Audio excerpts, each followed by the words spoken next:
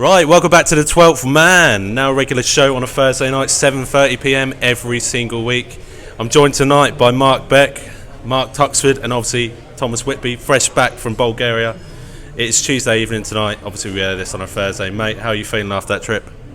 Very tired, 6 days of straight drinking, partying last night. You've got a problem, mate. I've got a real problem, trust me. Definitely yeah. Drinking problem, mate. We're going to have to get back to that, get to you on that one in a minute.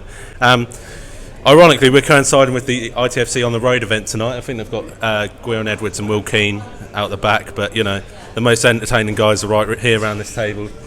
Mark, how are you feeling, mate? Yeah, good, mate. You? Yeah, good. Mark? Yeah, good as gold, mate. Yeah. Good. Thanks for travelling down again, mate. I appreciate it. Anyway, this week we celebrated 2,000 subscribers on YouTube, so thank you very much for all your support. It means the world to all of us, and we're working towards a bigger goal. What that goal is, I don't know. We'll just keep going, keep pushing. 1 million subscribers? Yeah, let's go for it. But yeah, if you're new to the channel, make sure you press in the right hand corner. There's a little picture of my face. Just click on there and just hit subscribe. I will be changing the icon soon because it's just getting uglier by the day.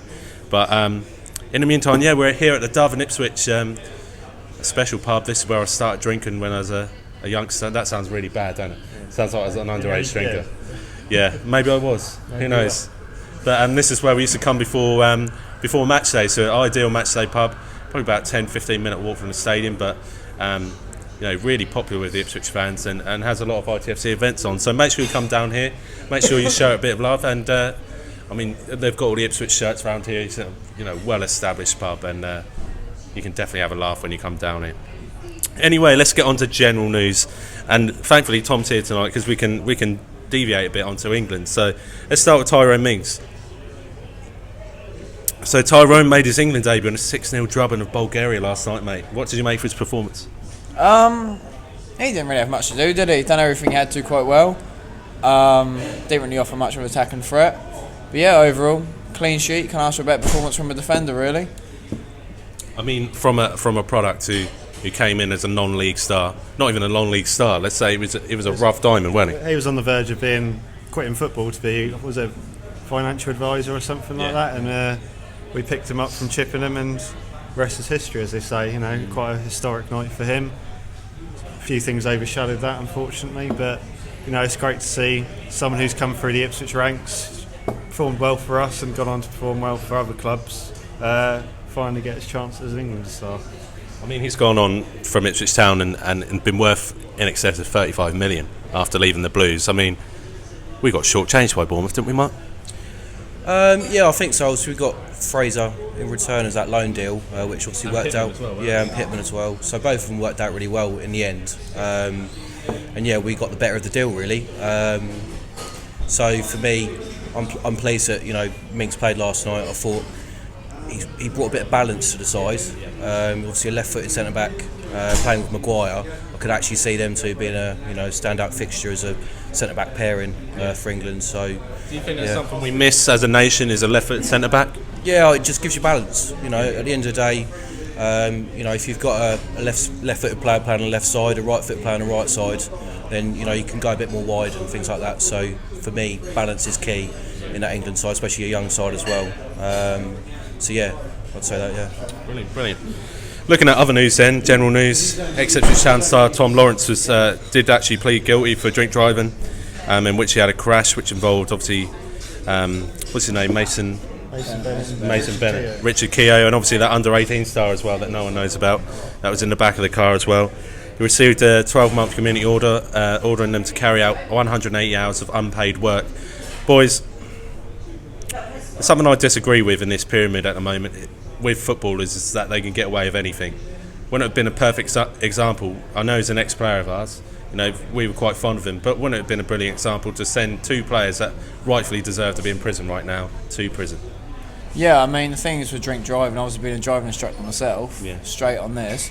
The problem is that you're putting other people's lives at risk. I mean, you never know. They crash into each other. How do you know there wasn't a pedestrian walking down the street could hit them straight into one of them? It's so dangerous. They should be in prison. Should never be able to drive again.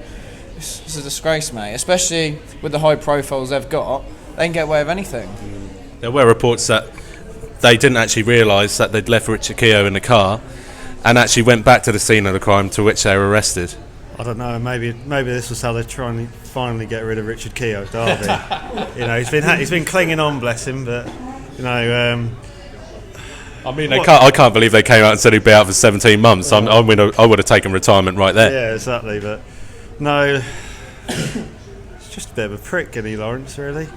To put it bluntly, it's ridiculous how he's not gone to prison for the.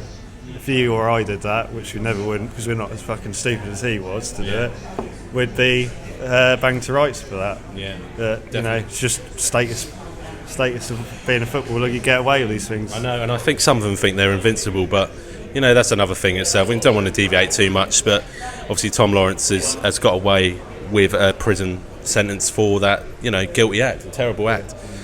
Flynn Downs, Andre Dazelle both featured for England under-20s during the international break. Both of them played. Both got, Andre got 2 starts. Nice to see him to actually get some minutes on a football pitch. Yeah. So Downs got 1 start and 1 sub appearance. Flynn Dean unfortunately limped off, labouring an unforced injury in a 3-0 defeat to Czech Republic. This could put him in doubt for Sunday. Yeah. Boys, we'll get on to missing Downs a little bit later on when we talk about the Accrington game, but in terms of, international football, Flynn has made 4 appearances for under-20s now. He's progressing well, but Andre's playing a lot more football than Flynn. What do we say about that? To be fair, I think the problem is it goes by the name. Yeah. Obviously, Andre Dazelle's got his dad, and I think that's how he's stayed at Ipswich, is how he's came through the ranks quite quickly. Obviously, he's got talent there, but obviously the name's helped him quite a bit. If the under-20 staff were actually watching the games, Flynn Downs will be starting every week for that England side, 100%. So I don't know where they're getting the game, or obviously the players' stats from, if they're actually watching the games. Because if Dazelle's getting into the squad every time, I just don't know what they're. Do you think it's more of a? For me, there's a big argument to say that at that level at international football, it's all very uniformal. You all play certain positions. You all do certain things. I think Flynn is more astute to play in an adult game because he's got an individual talent that you just can't buy. He's got pace, he's got athleticism, he can get up and down a pitch, he can score goals, he can pass, he can cross, he can do everything. Can I say the same about Andre Dazelle? No, not really. I think we've seen from this season alone how much of an all-rounder Flynn is.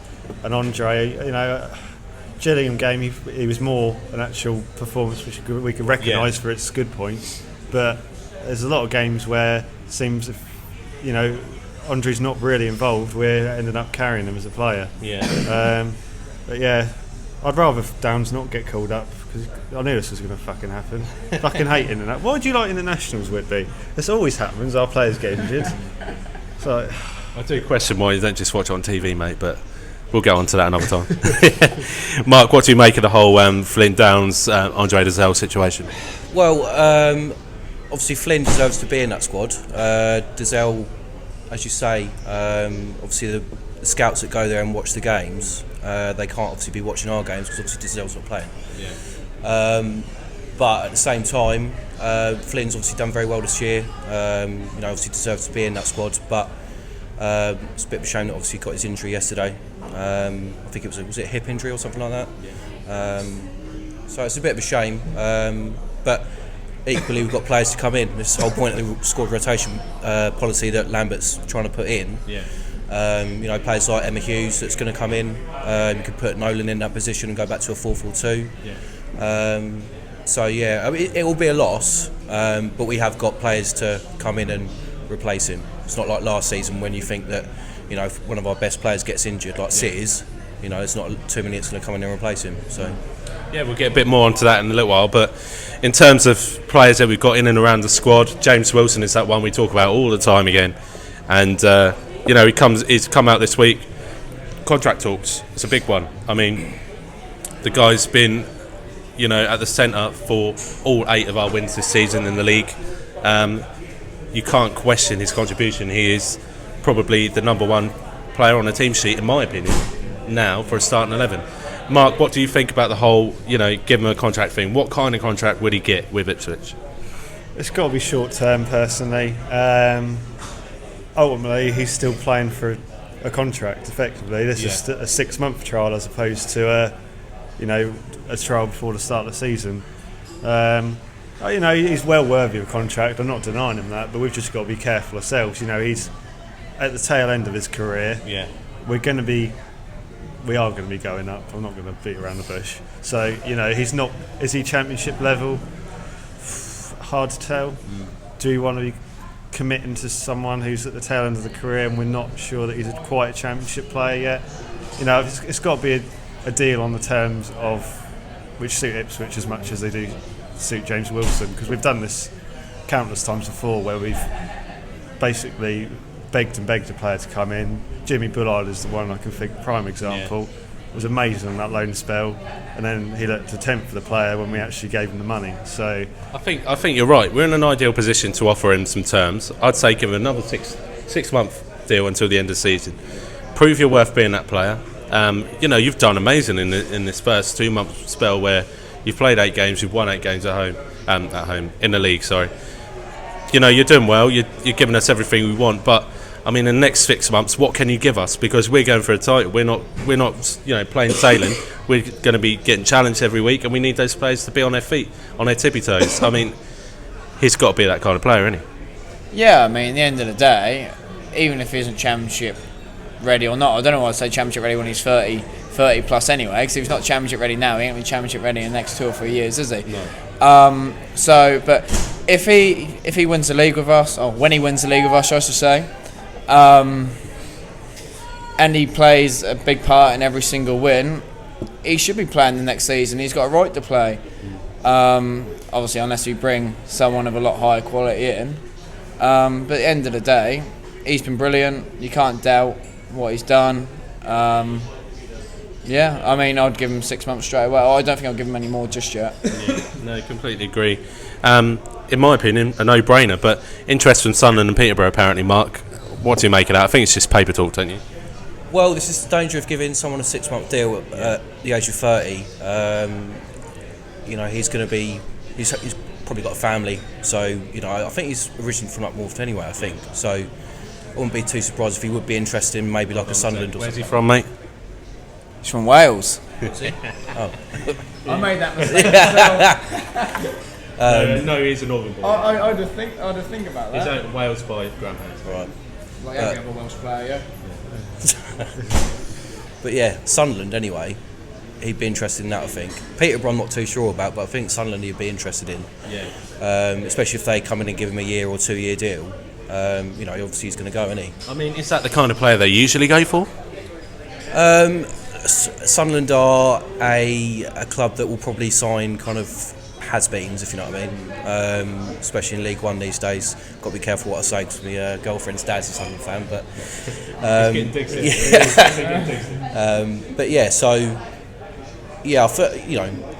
give him a 6-month deal, maybe a year, see how it goes. At the end of the day, you can only say no, but it would be a shame to lose him in January if Sunderland did come in for him.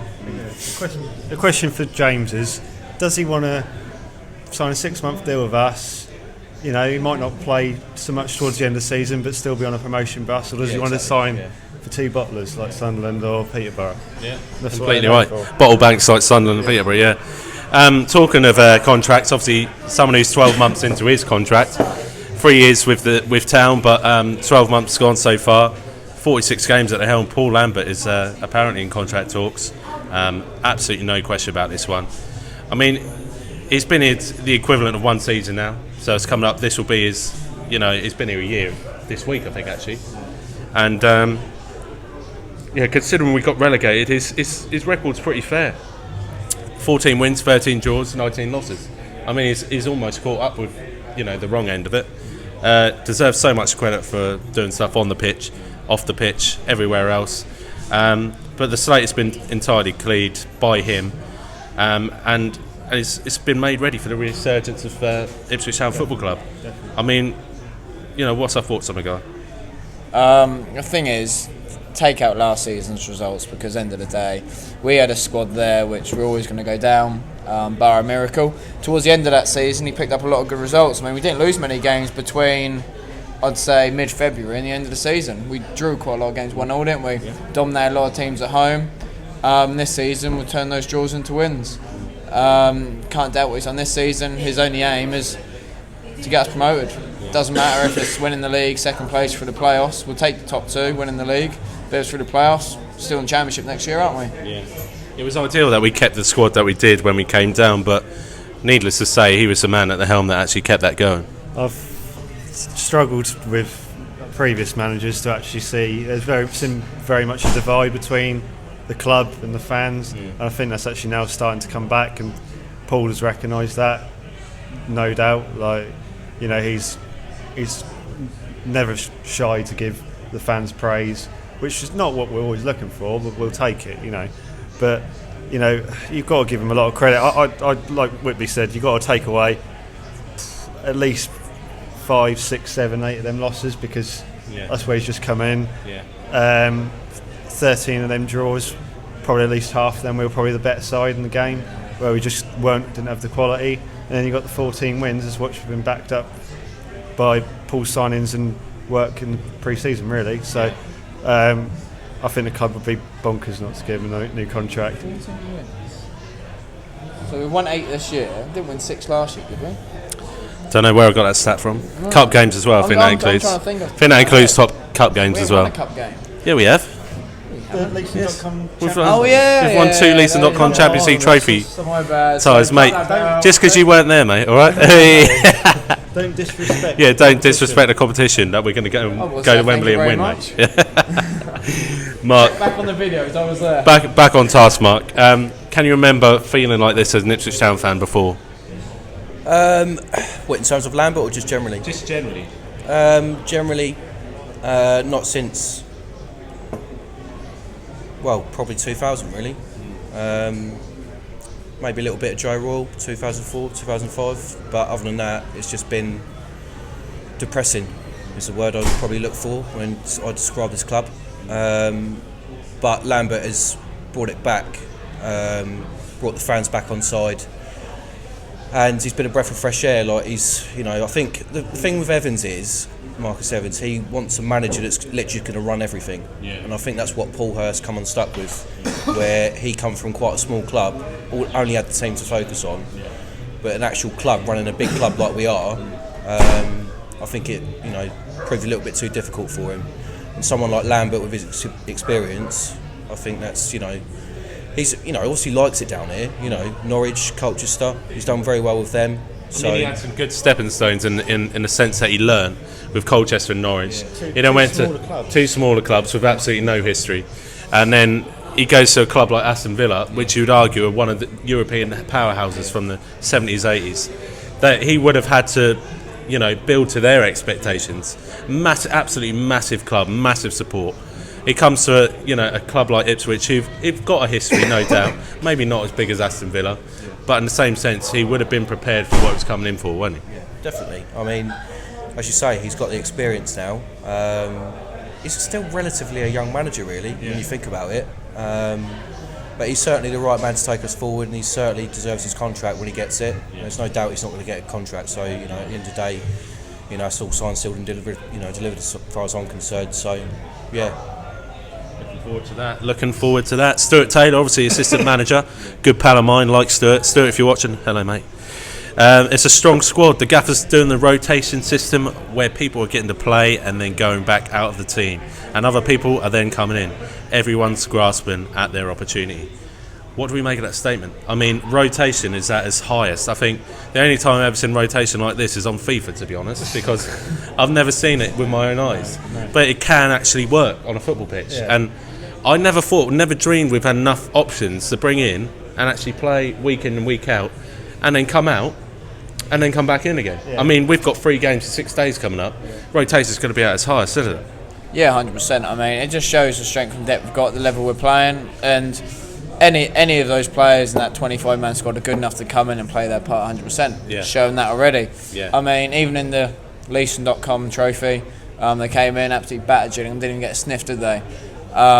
So it just shows the strength and depth we've actually got at the club. I mean, going back on Down's injury, I think the least of our worries is the player in midfield getting injured, really, because you've got those players to then back him up. I know we don't want Downs injured, but if it's short term, it's not really much of a worry for ourselves, because you obviously got likes of Nolan, Hughes, etc. will come back in again. Yeah, I mean we've got options. I mean, Dazell's another one that could fit in there.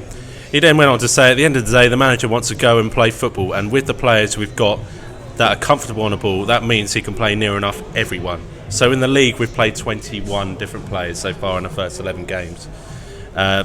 You could argue that's a rotation of 7 different players in whatever way you look at it, but 29 different players across 14 competitive games played so far this season. So that's EFL Cup and the Leeson.com trophy included.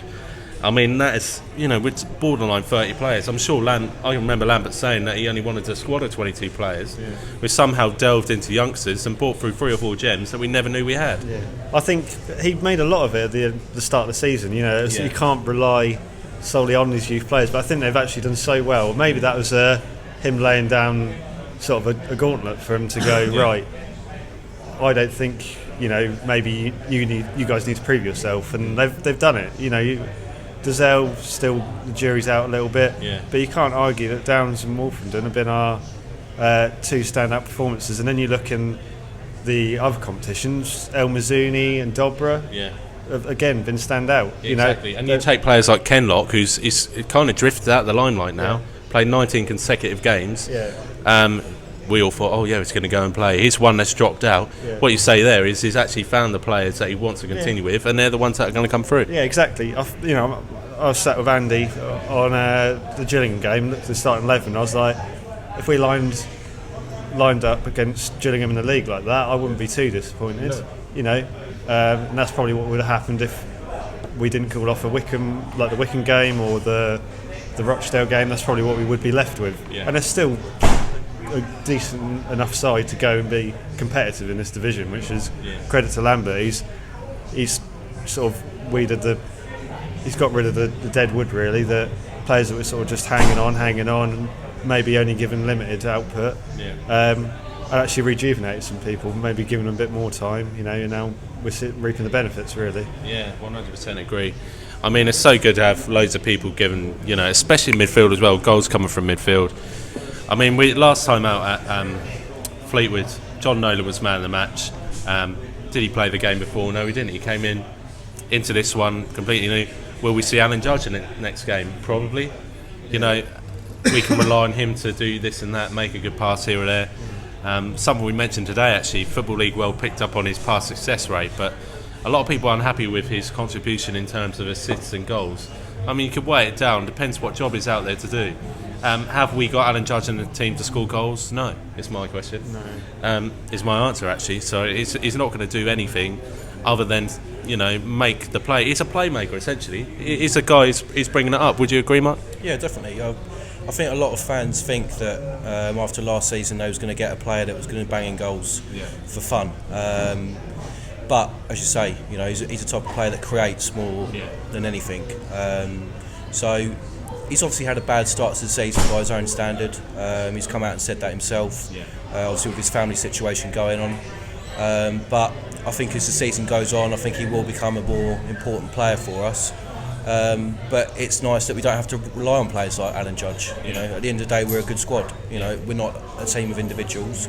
We're just a whole team that is playing well. So definitely, completely agree. Whereas last season we would have, relied on those individuals to put in performances. Now it's all more a collective, how they play together as a collective. Completely agree with that.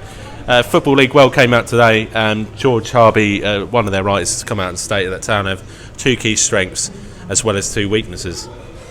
Key strengths being scoring goals and great defence. I mean, that goes without saying. Conceded 5 goals, scored 21 goals. I mean, the return is absolutely incredible. I would bloody said that. He's no expert, is he? Yeah, I know. He may not be an expert, but when you're top of the league, it's not very hard to pick out what the strengths are. Weaknesses, too many options in midfield. Completely agree with that. Like we say, we're chopping and changing week in and week out. Is that because we have to or because we want to?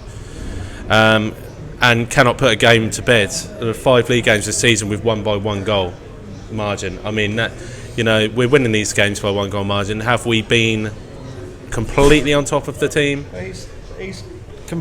Sorry, George, I'm probably not watching, but you've said our strengths are scoring goals and a great defence, and then you're saying that we cannot put a game to bed. Well, if you've got a great defence, you don't need to put a game to bed. Obviously, we're not scoring goals, so yeah, there's your article in the bin. He argued. No offence, George. You argue that we've got a great defence that keep clean sheets. So we're going to put someone to bed soon, and they're going to have a good night's sleep, aren't they? We put Tranmere to bed. Bolton game was a bit, take it as what you will. Yeah. Put Shrewsbury to bed, and the games where we've only won by the one goal is, they've been tough places on the road, which is really difficult to get. Picking up wins on the road is something that we're never really been good at. It's been a struggle. But out of 6 this season, 5 wins on the road, right? Yeah. I don't know. We're going to keep rolling on, I think. So yeah. It's going to be a good season. Give me those 1-goal wins. 1-goal wins, mate. 1-goal wins.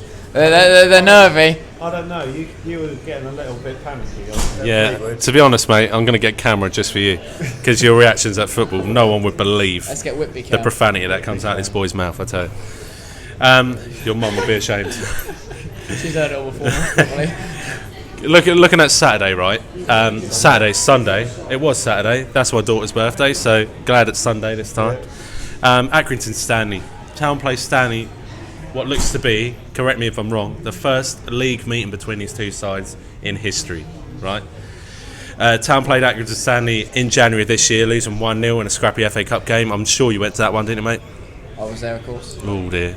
We will travel to the Wham Stadium Sunday, 4 a.m. start. Who's driving? You're driving. Nice little kip in the car on the way up. For a 12 noon kickoff on Sky. First Sky game this season. Very surprising. Because we've been playing so well. I don't know. Want their viewings to go up? I'm not sure. Yeah. Stadium. The Wham Stadium holds 5,450 people. Quite a small stadium, but not the smallest we've been to this season. Impressive draws against Wycombe, Blackpool and Oxford. Lost last time out to Rochdale. Obviously, Caden Jackson and Janoy Danassian are products of this well-run club. Huge respect for Accrington as a club. Runs so well. They bring in non-league players and they turn them into league players just like that. Caden Jackson's a prime example of that. But they've got 2 this season, Colby Bishop and Dion Charles, who've both scored 7 goals between them, and they were playing in the National League North last season. I mean, that step up is just huge. We're talking 2-3 divisions, and they're playing decent football, and they're the only ones that seem to actually be playing any football for them at the moment and delivering. But 2 wins in the last 10 has ultimately see them just above the drop zone, just on top of AFC Wimbledon on 9 points. I think they're on 10 or 11. But obviously going into this one, Town are still unbeaten in league after 11 games. 8 wins, 3 draws. Still some way off the 1988-1 record of 20 consecutive games without a defeat. Town are sitting 4 points secure at the top with 1 game in hand. I could go on, but we'll just get to this point now. Town could miss, although not confirmed, the likes of James Norwood, Flynn Downs through injury and James Wilson through suspension. 3 absolutely key players for us this season. Let's start with you, Tom. Who are we going to miss the most? Like you said earlier, squad rotation, we shouldn't really miss any of them. You've got Will Keane, who scored on Tuesday night. He can come in. Alan Judge obviously played up front against Gillingham. Wilson, obviously, you've got Toto back now playing. You've got Chambers and Wolf as well. Obviously, must be Chambers and Wolf who playing. Let's play back 3 again.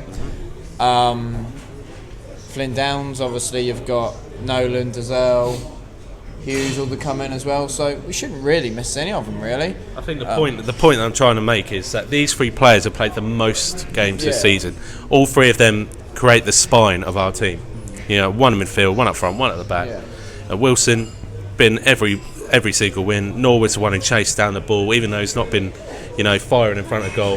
He's still been getting all those kinds of connecty balls where he gets in between, sets up goals. He's been Jackson's best mate in terms of scoring goals. And then you come to Flynn Downs, a player who's just so competitive and gives everyone the drive to push forward. I mean, we are going to miss him on Sunday. We are. I think for me the biggest one is probably Wilson. I think the partnership, whether it's Wilson and Wolfenden, Wilson and Chambers, or all 3 of them, it's been rock solid. You can't deny how solid it's been. And obviously Wilson is the definite. We are definitely going to be without James Wilson. Norwood, that's all gone a little bit hush-hush, not really seeing what's going on there. Another one we could miss is Kane Vincent-Young. He was apparently went off injured at Fleetwood, but we haven't heard much about that. No. And then Flynn again is another sort of, it will be the final hour if we see him. But no, I think what Whitby said, we shouldn't worry. It's Accrington Stanley, for God's sake. I don't want that who are they? I don't want that. I don't want that to come back to bite me. But I can recall the third round last year, Match Today, Football Focus, that little kid. Oh well, you say that. We've actually got him on IpswichFanzone on Sunday. Oh, this is really awkward. Yeah. What I was gonna say? I was about to say, I can't wait to take revenge on him and make him cry on Sunday when we're going to batter him about 4-0. But yeah, I can't really say that now. Yeah. Can we get that Chinese geezer on as well? Who came all the way over? Yeah, mate, that would be interesting, wouldn't it? That would be really interesting. See if we can get him on Skype or anything like that. That'd be interesting if he comes again, wouldn't it? That'd be really interesting. Yeah, we have got the boy from last season. I was sat there with my feet up watching Match Today. I wasn't going to travel. I travelled to a few games last season, but FA Cup for me really was a no-go. No. Sat there with my feet up, thinking, this would be a nice, easy win. Get all the hassle off the team. Got some competitive players out there. Bishop's back in midfield. We might see a bit of action here. And then Billy Keepop a 1-0, and taken obviously to the next round of the cup. Did they get beaten after that? Can you remember who they? Do we care? No, we don't care. No, we're not looking back on that one anyway. Mark, in terms of Sunday, I have a little bit of scepticism looking into this one, purely because Stuart Taylor mentioned we have players coming in on top of other players, but in the next 6 days we've got 3 games. I mean, we could really be challenged with our fitness and squad rotation. We may have used 29 players. We might need to delve a little bit deeper, don't you think? Possibly. I think it will depend on injuries, and then if anyone comes back, obviously that's currently on the treatment table. Probably unlikely, but there is a possibility. Obviously, that was it Tommy Hughes that was played the other week. Come on for his debut, scored an absolute worldie in the. I saw that the day after, wasn't it? Yeah. So, but yeah, we have got a big squad, so hopefully we shouldn't have to use too many of them. But with obviously games coming thick and fast now, it's valuable that we've got these type of players like Emmy Hughes that can come in and Chambo and all that lot. So I think if we have to use them, we have to use them. But we've got a good team. So yeah. Obviously, if we look back to the Gillingham game, a person who played 90 minutes that day and was actually so much better than what I've seen in previous weeks in the under-23 games, Toto Enciala actually made a really good performance against Gillingham. Solid at the back, won everything in the air. Obviously, with Wilson going out, could we see Toto walk straight into that starting lineup on Sunday? Oh, I'd love to. Toto's my man. Yeah, he has to come in. But yeah, I mean, the options are there. He proved against Gillingham that he's getting right up to match fitness again. Yeah. So why not? Chuck him in, he's a powerhouse. I mean, especially players like Billy Keegan push him off the pitch, quite literally. I mean, I don't think Billy's played this season, but I mean, we look back at the 2 guys you mentioned just there, both non-league players, probably not scared to play in this division. They've got nothing to lose, they're scoring goals. We really do want to test him at this point now. We really want. He's been playing, under 23s football for so long.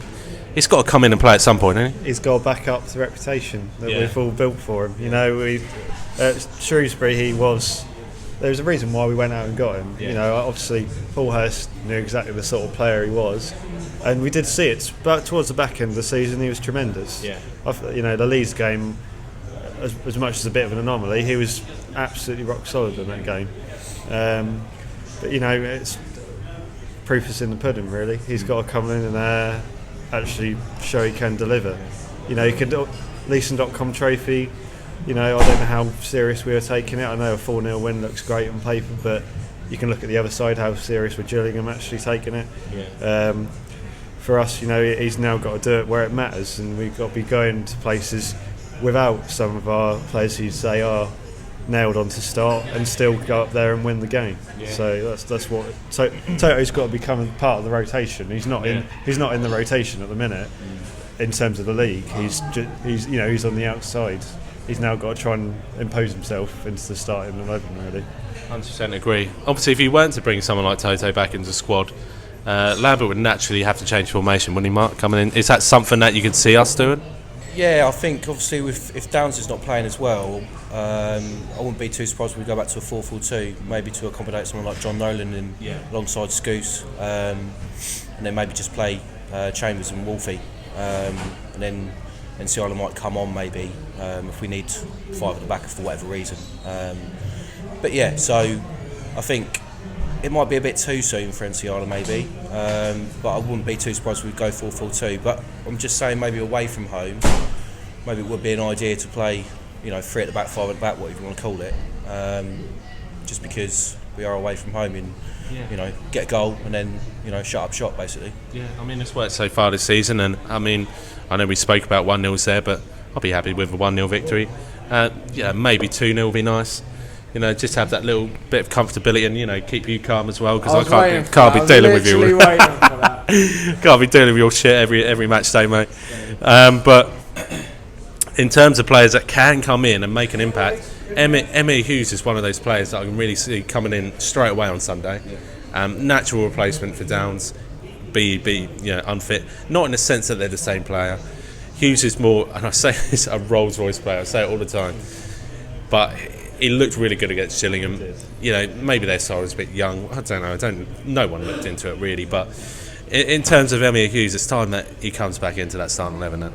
Yeah, I mean, he's looking better with every game he's got. I mean, he's been out for 2 years. He's always going to be a slow burn to start with.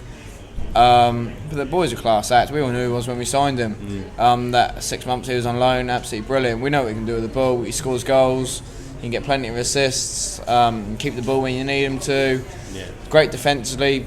Good build as well. Only things maybe on the slow side. But you're going to get that with someone obviously of his size. Yeah. But yeah, all round, very good footballer, especially at the level we're at. Yeah.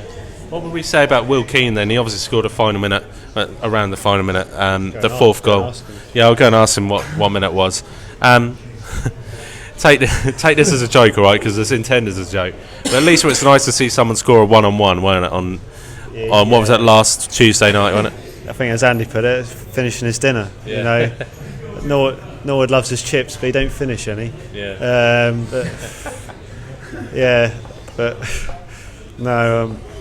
Hopefully, I'm going to give Norwood the benefit of the doubt. I don't think he's been fit since day one. I think his groin injuries played more of a part in this season than we think it has. Yeah, I think, it's hard. He's all that pressure of him to get up and running straight away.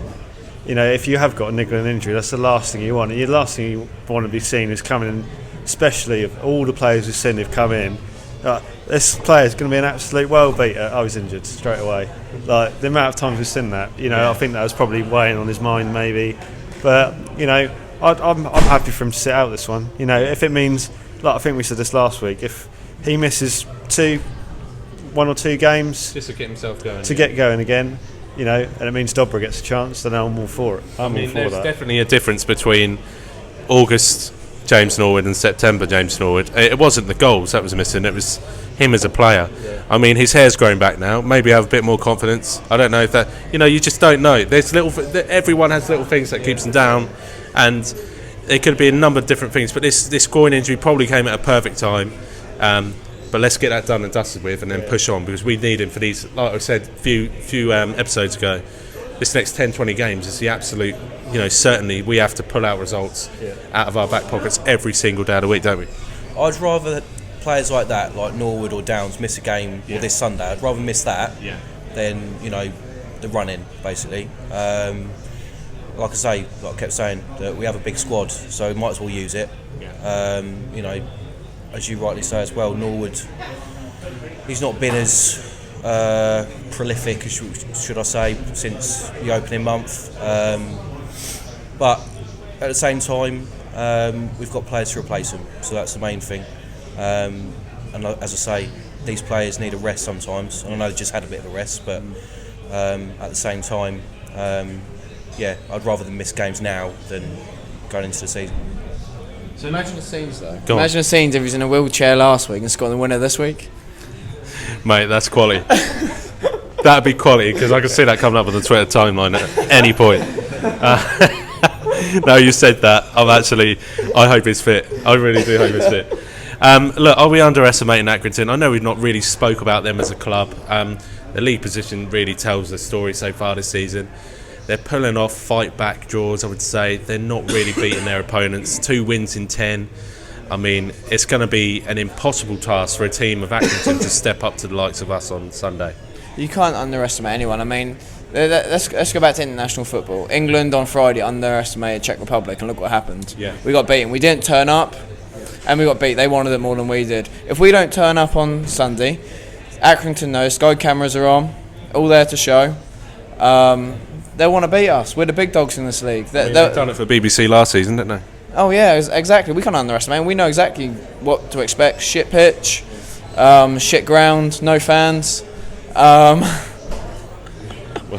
Ipswich Raider, aren't they? But yeah, you know what to expect. They're going to fight for every single ball, first, second ball, third ball. They're going to be on it, aren't they? We're going to have to play our game, and like every other game, see out the first 20 minutes, and after that, just take control. Yeah, no, you're right. Boys, I want to deviate, and I think I say this every week, but it's almost my question, because in the back of my mind, I've always thought we're going up as champions. I've stated it months ago. This squad was too good not to win the league. It is too good not to win the league, right? What team do you fear the most in this division? Who's the team that's really going to give us a crack this season? Ourselves. No, seriously, come on. You've got a point. All right, explain your point then, go. Well, if we get too big-headed and we think we've already won the league, won every game, that's when obviously complacency is going to come in. Complacency is going to be the thing that is going to stop us from going up. You're right, but has our attitude changed from... I'd say our attitude hasn't changed from when we were getting relegated to where we are now. I think we've got a good, earthy squad that rotates around the manager and works together as a complete circle. There's no angles in this you can go to. Everyone's working on the same hymn sheet. We're doing the same things every week, and we've not looked complacent at all. I'd say one thing: there's no complacency in this squad at all. Would you agree? Yeah, I completely agree. I mean, there's no complacency until we turn up. We know what to do. Win the game. Class. Don't score enough goals, do we? No. But I mean, 100%. We're league top goal scorers. Yeah, exactly. Yeah. So I don't get where he gets this crap from. Anyway. No. This is the thing. Like, we're probably fighting against our own mindsets here. Being top of the league, like I say, you look down. Yeah. You look down the table and you're like, who's going to come and give us a go? You don't want anyone realistically to give you a go, do you? But I mean, we're sitting up there. You know, I fear one team, and I've made it pretty clear before. But who do you really fear? Same with Whitby. I think like every team, I think like there's teams that I think they could threaten us. So, but there's always a but. Like there is always, like I think Peterborough is probably the obvious one. There's a lot of town fans' lips, but I can see Ivan Toney sodding off in January. That's their season gone. Yeah. Sunderland did exactly what I said would happen. Yeah. They got off to a bad start. Fans got on Jack Ross's back. He's gone. Still haven't replaced him. Coming up to a game weekend. So that's interesting point you put there. Tony could go. Madison will almost definitely go in January. Could Peterborough be the Sunderland of last season? Personally, I don't see anyone going from our team because we haven't got that sort of. As much as we've been playing so well and we're top of the league, there's no one you go, well, he's far too good.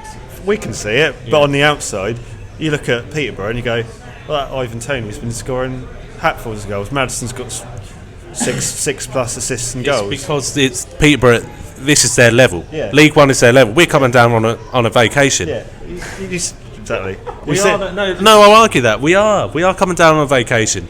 We've got a squad that, I'll say it now, had absolutely no sex appeal at the bottom of the championship. Yeah. So what will still not be looked at this season, will they? The best teams in League One, 9 times out of 10, are based around one player, and as soon as they go, they're buggered. John Marquis, Bradley Dack, Gillingham, Bradley Dack. Where are they now? Yeah, irrelevant. Yeah, Tom Eaves last season, he's gone. Yeah, you look at them. Whereas Ipswich, I go, okay, there's no one that's completely lighting things up on the national stage. Yeah. But you go, you look through the whole of our team, you go, good player, good player, good player, good player. Like, it's all good players that create a good team. We're not relying on people. No. And I guarantee you that Tony will go. Tony will go. If Tony doesn't go, Maddison will go. Can't wait for this to come on the timeline as well. Mark, what are you thinking then, mate? What's your opinion? Is there anyone that can really threaten our position at the top or give us a run for our money? I quite like the look of Wickham, but at the same time, I think Ainsworth is going to Sunderland, isn't he? So this is where Or about 2 or 3 other clubs. I like how you bring that up, because that brings up the merry-go-round, a divisional merry-go-round between clubs. Now, Ainsworth he's not pulled up trees at Wickham. Let's say they've had a good start to the season. They've had an overperforming Ian Hart at left back. He's just obviously not Ian Hart, but is it Joe Jacobson? Is that his name? Scored a hat trick of the most dodgy hat trick I've ever seen. What was a corner, free kick, and another corner? It was just ridiculous how they all went in. But they were playing against Lincoln, who are obviously a tin pot side. But in terms of Wickham, I just don't understand how they're second in the table. You've got all those teams that are playing really well. Blackpool, I'd say, doing well. Doncaster only need to score a few more goals. Peterborough, like you say, score the goals, can't save them going in. If Ainsworth go, well, you look at Lincoln. Lincoln were off to an absolute flyer. Cowley's head turned, then they're gone. Wickham, you could look. There's no guarantees he's going to do a good job at Sunderland if he gets this job, but he's going to be a hell of a manager to replace for Wickham. Yeah. He's done a lot at that club to get them where they are. That's two potential clubs out of this. Gareth Ainsworth's on the back of nearly 18 years at Wickham, I think it is. Yeah. I mean, you can't, for all the experience he may have as a manager with Wickham, it may be a completely different ball game at a club like Sunderland. Exactly. You know, this is what I just said. There's always a but with every club. I can think there's a but with us. You know, what is the but? Okay, I think the but we haven't got is okay, but Ipswich aren't at their best yet, and we're top of the league, unbeaten. Yeah. There you go. What do you reckon then, Mark? yeah, I mean, well, going back to your question, I think I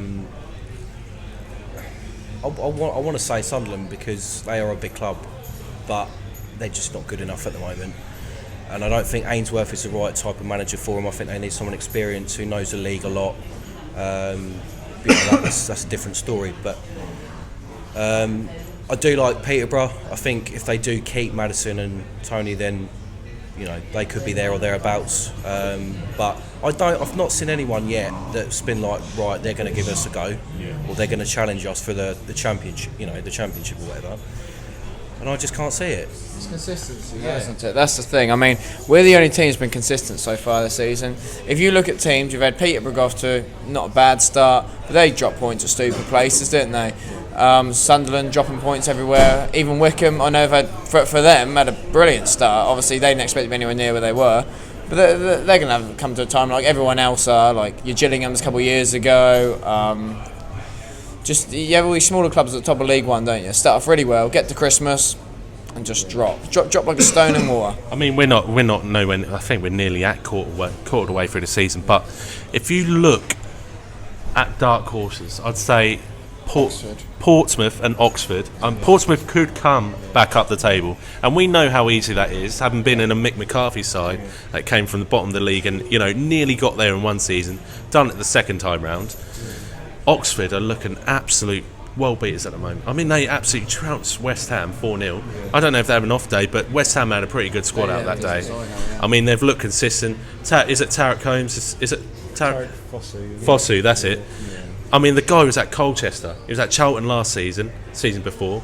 I mean, they let him go. He didn't go up. He just come down. He's still in League One. I mean, the guy should be playing in Championship. That's what people are saying. They've got plenty of good players. I mean, they've got... They've also got James Henry. They have got James Henry. He scored a few goals. I mean, he was one that we were sniffing around a few seasons ago.